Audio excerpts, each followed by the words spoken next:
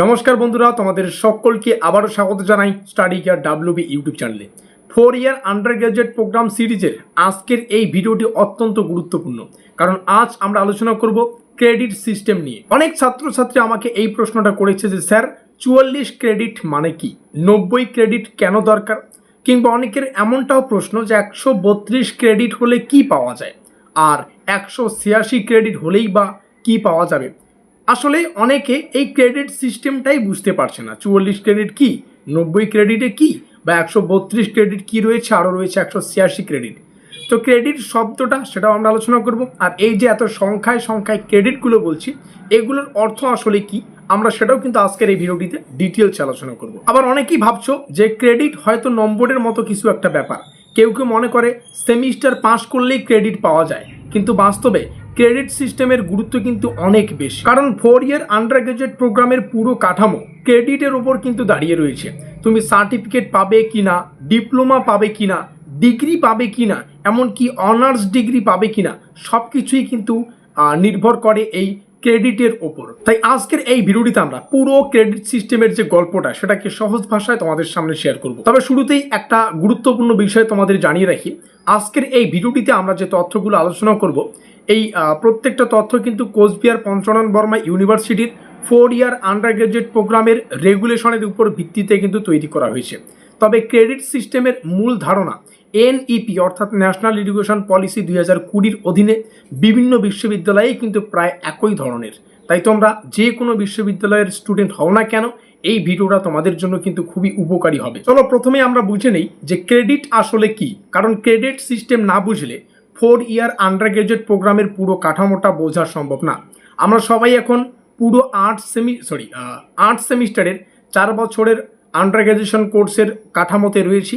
এটা কিন্তু পুরোটা ক্রেডিট সিস্টেমের ওপরই নির্ভর করে। অনেক ছাত্রছাত্রী ক্রেডিট আর নম্বরটাকে এক মনে করে, কিন্তু বাস্তবে এই দুটো সম্পূর্ণ আলাদা বিষয়।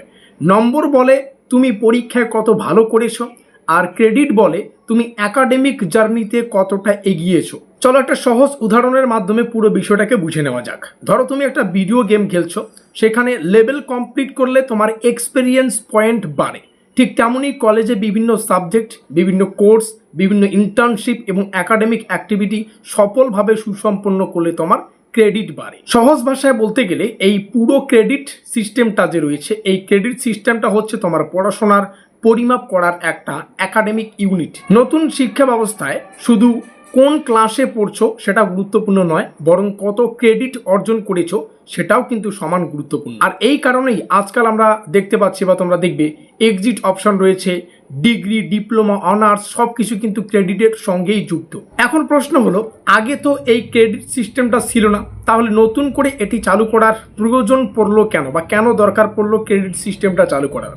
এর উত্তরটা আমাদের এনইপি অর্থাৎ নতুন যে শিক্ষানীতি, ন্যাশনাল এডুকেশন পলিসি 2020, এই নতুন শিক্ষানীতির মধ্যেই কিন্তু লুকিয়ে আছে। আগে বিভিন্ন বিশ্ববিদ্যালয়ের কোর্স স্ট্রাকচার অনেকটাই কিন্তু আলাদা ছিল।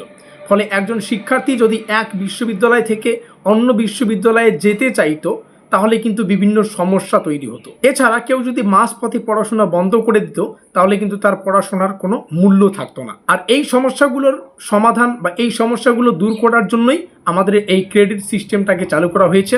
এখন একজন শিক্ষার্থী কতদূর পর্যন্ত পড়াশোনা করছে তা ক্রেডিট দেখেই কিন্তু বোঝা যায়। এর ফলে আমাদের এক্সিট অপশন, রি এন্ট্রি, একাডেমিক মোবিলিটি এবং হায়ার এডুকেশন সব কিছু কিন্তু অনেক বেশি সহজ হয়ে গিয়েছে আর কি। আর এই কারণেই আমাদের ক্রেডিট সিস্টেম নতুন শিক্ষা ব্যবস্থার অর্থাৎ 4 বছরের আন্ডার গ্রাজুয়েশন কোর্সের অন্যতম গুরুত্বপূর্ণ একটা ভিত্তি।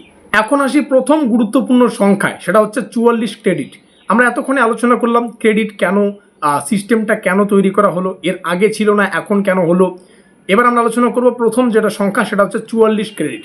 দেখো, 4 বছরের আন্ডার গ্রাজুয়েশন কাঠামো অনুযায়ী একজন শিক্ষার্থী যখন প্রথম এবং দ্বিতীয় সেমিস্টার সুসম্পন্ন করে এবং নির্ধারিত কোর্স সফলভাবে পাশ করে, তখন সে 44 ক্রেডিট অর্জন করতে পারে। এবার অনেকের মাথায় এই প্রশ্নটা আসতে পারে, এই 44 ক্রেডিটের গুরুত্ব আসলে কোথায়? কারণ 44 ক্রেডিট অর্জন করা মানে তুমি আন্ডার গ্রাজুয়েট প্রোগ্রামের প্রথম বড় একাডেমিক যে মাইলস্টোন সেটা তুমি সুসম্পন্ন করতে পেরেছো। নির্দিষ্ট কোনো শর্ত পূরণ করলে এই পর্যায়ে আন্ডার গ্রাজুয়েট সার্টিফিকেট পাওয়ার কিন্তু সুযোগ তৈরি হয়। তাই 44 ক্রেডিট কোনো একটা সংখ্যা নয়, এটি নতুন শিক্ষা ব্যবস্থায় প্রথম আনুষ্ঠানিক একাডেমিক অ্যাচিভমেন্ট এর একটা প্রতীক ধরতে পারো। এই কারণেই অনেক সময় 44 ক্রেডিটকে 4 বছরের আন্ডার গ্রাজুয়েশন কোর্সের প্রথম গুরুত্বপূর্ণ ধাপ বলা হয়। এখন আসি দ্বিতীয় গুরুত্বপূর্ণ সংখ্যায়, 90 ক্রেডিট। যখন একজন শিক্ষার্থী 4টি সেমিস্টার অর্থাৎ 2 বছরের পড়াশোনা সুসম্পন্ন করে তখন তার মোট ক্রেডিট সাধারণত 90-এ পৌঁছায়, অর্থাৎ 90 ক্রেডিট। এই 90 ক্রেডিটের গুরুত্ব হলো এই পর্যায়ে আন্ডার গ্রাজুয়েট ডিপ্লোমা পাওয়ার সুযোগ থাকে। এখানে আর একটা বিষয় তোমাদের মনে রাখতে হবে, ডিপ্লোমা মানে হচ্ছে তোমার ডিগ্রি নয়, এটা কিন্তু ডিগ্রি না। এটা অনেক ছাত্রছাত্রী এই দুটো কিন্তু এক মনে করে। ডিপ্লোমা আলাদা জিনিস, ডিগ্রি আলাদা জিনিস। ডিপ্লোমাটা হচ্ছে ডিগ্রি এর আগের একাডেমিক কোয়ালিফিকেশন। যারা কোনো কারণে 3 বছর বা 4 বছর পর্যন্ত পড়াশোনা চালিয়ে যেতে পারছে না তাদের জন্য এটি একটি গুরুত্বপূর্ণ একাডেমিক রিকগনাইজেশন। তাই 90 ক্রেডিট অর্জন করাও কিন্তু 4 বছরের আন্ডার গ্রাজুয়েশন কোর্সের একটি গুরুত্বপূর্ণ বড় অ্যাচিভমেন্ট। এখন আসি সবচেয়ে গুরুত্বপূর্ণ সংখ্যায়, 132 ক্রেডিট, 132 ক্রেডিট।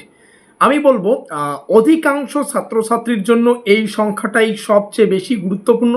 কারণ 132 ক্রেডিট অর্জন করা মানে সাধারণ 6টি সেমিস্টার সুসম্পন্ন করা, অর্থাৎ 3 বছরের কলেজ জীবন সুসম্পন্ন করাকেই 132 ক্রেডিটের মাধ্যমে বোঝানো হচ্ছে। 4 বছরের আন্ডার গ্রাজুয়েশন কোর্সের বা 4 বছরের আন্ডার গ্রাজুয়েশন প্রোগ্রামের সিস্টেম অনুযায়ী 132 ক্রেডিট অর্জনের পর আন্ডার গ্রাজুয়েট ডিগ্রি পাওয়ার সুযোগ কিন্তু তৈরি হয়। এখানে আরও একটা বড় ভুল ধারণা তোমাদের দূর করে দেওয়া ভালো। অনেক ছাত্রছাত্রী মনে করে নতুন সিস্টেমে ডিগ্রি পেতে হলে 4 বছর পড়তেই হবে, কিন্তু বাস্তবে 3 বছর সুসম্পন্ন করেও কিন্তু 132 ক্রেডিট অর্জন করলেও কিন্তু আন্ডার গ্রাজুয়েট ডিগ্রি সেটা কিন্তু পাওয়া সম্ভব। তাই কেউ যদি বলে 4 বছর না পড়লে ডিগ্রি পাওয়া যাবে না, তাহলে সেই তথ্য কিন্তু সম্পূর্ণ সঠিক নয়। এখন আসি 4 ইয়ার আন্ডার গ্রাজুয়েট প্রোগ্রামের শেষ এবং সবচেয়ে গুরুত্বপূর্ণ একাডেমিক মাইলস্টোনে, সেটা হলো 186 ক্রেডিট। যখন একজন শিক্ষার্থী 8টি সেমিস্টার সুসম্পন্ন করে তখন তার মোট ক্রেডিট দাঁড়াবে 186। আর এই পর্যায়ে under graduate degree with research পাওয়ার সুযোগ কিন্তু তৈরি হয়। আর যারা ভবিষ্যতে রিসার্চের দিকে যেতে চায় তাদের জন্য এই পর্যায়টি অত্যন্ত গুরুত্বপূর্ণ, কারণ অনার্স উইথ রিসার্চের সুযোগও কিন্তু এই পর্যায় থেকেই আসে। অর্থাৎ বলতে গেলে বা দেখতে গেলে 186 ক্রেডিট এটা শুধুমাত্র একটা সংখ্যা না, এটি 4 বছরের আন্ডার গ্রাজুয়েশন প্রোগ্রামের সম্পূর্ণ একাডেমিক জার্নির শেষ ধাপ। চলো পুরো বিষয়টাকে 1 মিনিটে একটু আলোচনা করা যাক।